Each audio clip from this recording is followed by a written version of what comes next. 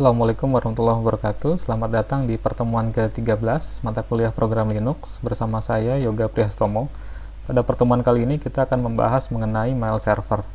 Sebagai pendahuluan, mail server atau email server adalah layanan aplikasi yang menangani penghantaran pesan email.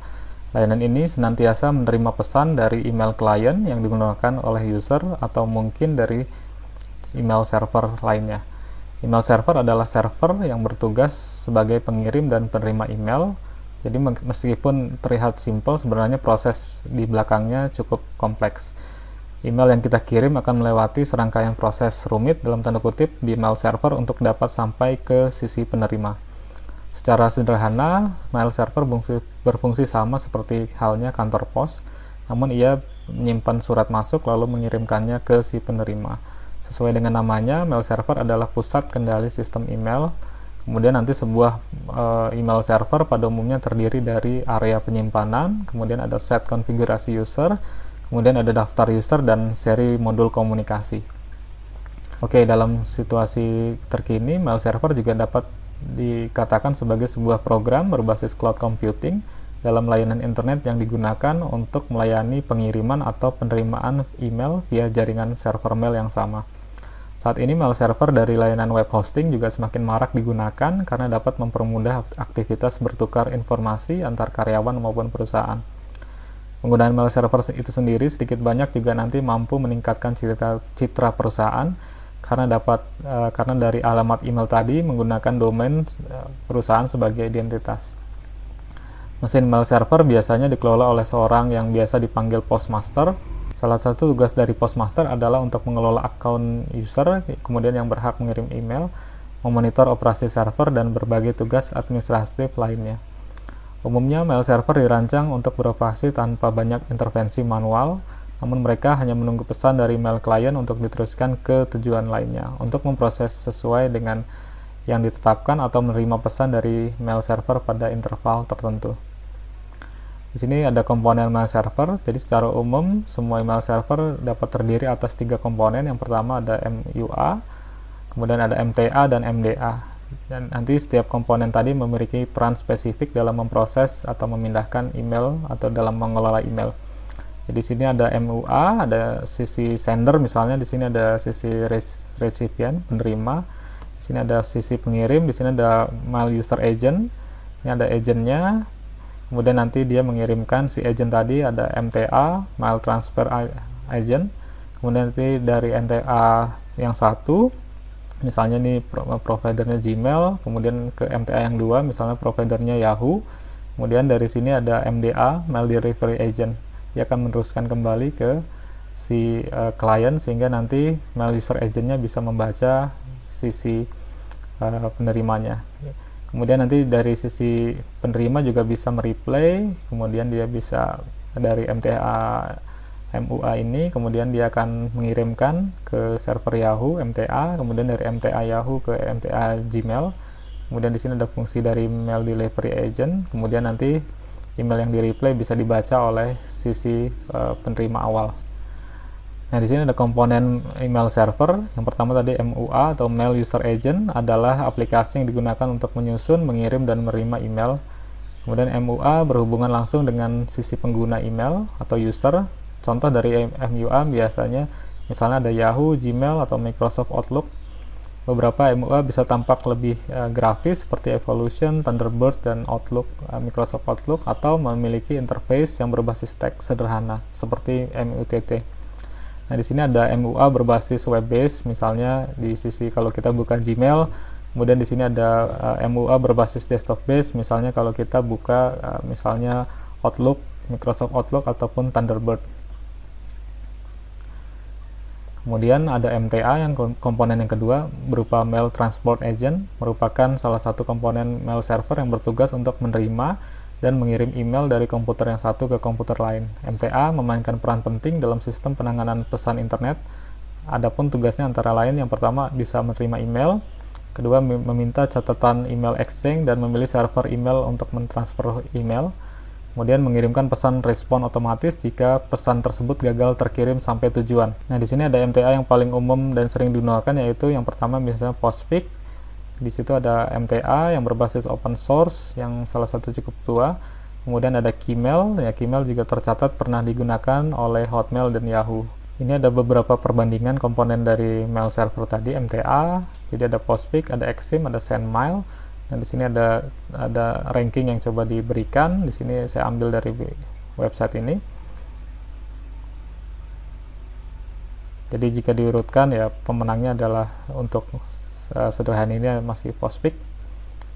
Kemudian di sini ada komponen MTA lain, contohnya ada Exim, ada Postfix, SendMail, Gmail, dan Microsoft Exchange. Nah, di sini ada beberapa jenisnya. Ada misalnya untuk yang pertama OS supportnya ada Unix-like, Postfix bisa cross platform untuk SendMail, Gmail hanya Unix-like atau Linux, Exchange server di Windows Server, kemudian ada lisensinya, kemudian ini ada mendukung TLS atau tidak. Kemudian POP3, IMAP, IP6 juga kita cantumkan. Kemudian di sini ada mekanisme autentikasinya. Jadi ini beberapa perbandingan MTA yang saya ambil dari blog ini. Kemudian ada komponen yang lain adalah MDA. Jadi MTA berarti Mail Delivery Agent, adalah sebuah software komputer yang bertanggung jawab untuk mengantarkan email dari MTA server. MDA juga berfungsi mengantarkan email ke local mailbox dan mengantarkan ke MTA lainnya. MDA juga dikenal sebagai LDA atau Local Delivery Agent. Kemudian beberapa MTA juga dapat mengisi peran MDA ketika mereka menambahkan pesan email baru ke pesan pengguna lokal. Sehingga nanti fungsi MDA sebetulnya bisa diambil alih oleh MTA. Nah, di sini perbandingan email hosting service, karena juga kita harus melihat tren yang ada. Jadi selain tadi kita men-setup server email, juga di sini ada beberapa layanan atau suite yang sudah digunakan oleh perusahaan-perusahaan besar ya. Di sini ada providernya mulai dari Google Suite, ada Zoho Mail, MXRoot, Rackspace, Office, Yandex, Mailchimp, Fastmail, Proton, dan sebagainya. Nah, di sini ada beberapa layanan perbedaan. Jadi kita di sini bisa, yang pertama sih yang pasti bisa custom email domain, kemudian mendukung protokol POP3 atau IMAP. Kemudian ada domain aliasnya, starting storage-nya, attachment limits-nya, mobile app-nya mendukung atau tidak, Office Suite-nya terintegrasi, Office support, dan starting price-nya. Jadi teman-teman juga bisa melakukan email hosting melalui layanan ini. Kemudian ada protokol mail server. Jadi terdapat dua kategori protokol dalam server mail. Yang pertama protokol untuk surat keluar atau SMTP, dan protokol untuk surat masuk atau IMAP dan POP3. Nah, di sini ada beberapa yang dibahas. Misalnya ada protokol SMTP, purpose-nya untuk send mail, nomor portnya 25 atau 587 untuk Google. Kemudian ada juga varian untuk yang secure, SMTPS dengan port 465. Kemudian ada POP3 untuk meretrieve email, portnya 110. Ada POP3 secure 995. Ada IMAP untuk meread email 143. Dan IMAP secure 1993. Kemudian ada yang lain ya. Nah, kemudian untuk protokol mail server yang pertama ada SMTP atau Simple Mail Transfer Protocol, adalah protokol standar untuk mentransmisi atau pengiriman email. Protokol ini bertugas untuk melakukan komunikasi dengan server untuk mengirimkan email dari lokal email ke server email. Dalam proses kerjanya, SMTP dikontrol oleh MTA yang berada pada email server. SMTP biasa menggunakan protokol TCP pada port 25. Port 465 adalah port yang sebaiknya digunakan jika kita ingin menggunakan SMTP dengan aman atau SMTPS. Port lain 587 juga ini termasuk yang digunakan Gmail untuk TLS, Transport Layer Security. Jadi untuk Gmail menggunakan 587. Nah, kemudian protokol yang kedua ada protokol mail server atau POP3 generasi ketiga. Di sini ada Post Office Protocol 3, adalah versi terbaru dari protokol standar untuk menerima email. POP3 merupakan protokol client server di mana email dikirim dari server ke email lokal. Kemudian POP3 digunakan untuk berkomunikasi dengan email server dan mengunduh semua email ke lokal, seperti kalau kita menggunakan Outlook, Thunderbird, Windows Mail, Mac Mail, atau sebagainya, tanpa menyimpan salinannya di sisi server. Namun, biasanya dalam aplikasi email terdapat pilihan untuk tetap menyimpan salinan email yang diunduh pada server atau tidak. Jadi sebaiknya untuk case ini kita men-checklist bahwa salinannya tetap berada pada sisi server.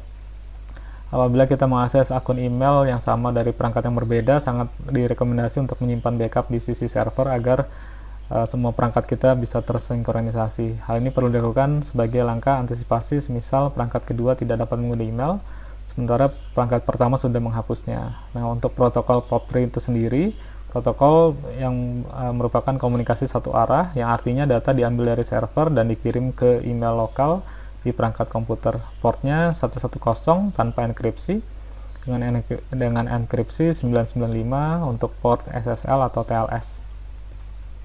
Nah, di sini ada kelebihan dan kekurangan dari POP3. Jadi kelebihannya, ketika email sudah diunduh melalui aplikasi lokal email, kita tidak perlu terhubung ke internet apabila kita ingin membukanya kembali. Kemudian kebanyakan tidak ada ukuran limit untuk email yang dikirim dan diterima, dapat membuka file attachment dengan cepat, kemudian tidak ada ukuran maksimal untuk mailbox kecuali hard disk komputer penuh. Oke, untuk kekurangan dari protokol POP3, yang pertama, jika JavaScript pada email reader diaktifkan, maka email phishing dengan embed JavaScript dapat terbaca di email. Kemudian pesan akan disimpan di komputer lokal, maka hal ini dapat mengurangi space hard disk komputer lokal. Semua file attachment yang diunduh dan disimpan dalam komputer, karenanya dapat berpotensi terinfeksi virus sehingga infeksinya lebih besar. Kemudian folder email terkadang hilang. Nah, jika ini terjadi, maka upaya restore cukup sulit akan dilakukan. Oke, selanjutnya untuk protokol mail server berupa IMAP, Internet Message Access Protocol, seperti halnya POP3 juga dapat digunakan untuk mengirim email ke lokal, hanya saja terdapat sedikit perbedaan cara kerjanya. IMAP adalah protokol multikomunikasi dua arah sebagai perubahan yang dibuat pada local mail yang dikirimkan ke server. Pada dasarnya, isi email tetap berada di server, kemudian protokol IMAP lebih direkomendasikan oleh penyedia email seperti Gmail dibandingkan menggunakan POP3. Dalam IMAP, email disimpan di server. Ketika kita akan mengecek email, local mail akan menghubungi server untuk menampilkan pesan email, sehingga untuk file pesan email tetap berada di sisi server dan tidak di-download ke email lokal. Port yang digunakan adalah 143 untuk port tanpa enkripsi, untuk port dengan SSL ataupun TLS itu dengan 993. Nah, di sini adalah kelebihan dan kekurangan dari IMAP. Yang pertama, kelebihannya, user dapat mengakses email dari mana saja melalui perangkat berbeda. Email dapat diakses melalui browser tanpa aplikasi email. User hanya mengunduh pesan yang ingin dibuka, sehingga tidak perlu menunggu semua pesan diunduh. Kemudian, attachment tidak secara otomatis diunduh oleh IMAP, sehingga email dapat diakses lebih cepat. Kita juga dapat memilih attachment tertentu yang ingin kita buka.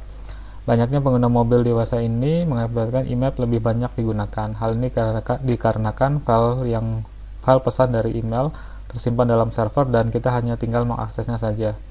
Adapun kekurangannya, ada beberapa layanan hosting yang tidak support oleh IMAP. Kemudian email disimpan pada sisi server sehingga mengurangi di space hosting. Kemudian email dengan IMAP hanya dapat diakses ketika terjadi koneksi internet.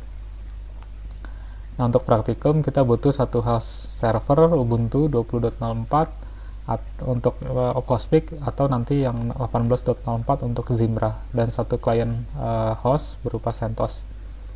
Di sisi servernya, setup server yang pertama, karena kita tidak menggunakan DNS dalam tanda kutip, nah kita akan men-set ini secara lokal. Jadi kita set hostname-nya, kemudian kita melakukan instalasi. Di sini install Postfix. Kita melakukan beberapa konfigurasi dengan seperti ini. Kemudian yang kedua, kita harus mengubah konfigurasi Postfix dengan konfigurasi seperti ini. Kemudian kita restart service Postfix, kemudian kita izinkan akses di firewall, kemudian kita cek status firewallnya. Di sisi klien kita akan melakukan export config awal seperti ini, kemudian kita install snail berupa klien untuk mengirim email, kemudian kita konfigurasi, kemudian kita melakukan inisialisasi seperti ini, kemudian kita cek malware-nya, kemudian kita menguji klien dengan snail enter, kemudian kita coba membuat pesan. Yang pertama dengan membuat nano test message, kemudian kita lakukan perintah seperti ini. Maka jika berhasil, maka dia akan mengirimkan pesan seperti yang ditulis di sini. Oke, selanjutnya nanti kita akan coba juga alternatif suite dari Zimbra, tapi untuk itu saya harus melakukan setup Ubuntu 18.04 LTS karena yang disupport by default adalah masih Ubuntu 18.04. ataupun nanti saya juga bisa gunakan yang CentOS 8 sebagai alternatif suite Zimbra-nya. Di sini ada beberapa link alternatif untuk menginstal Zimbra. Nanti silakan dieksplorasi. Oke, demikian, terima kasih kuliah mail server kita kali ini. Sampai jumpa. Wassalamualaikum warahmatullahi wabarakatuh.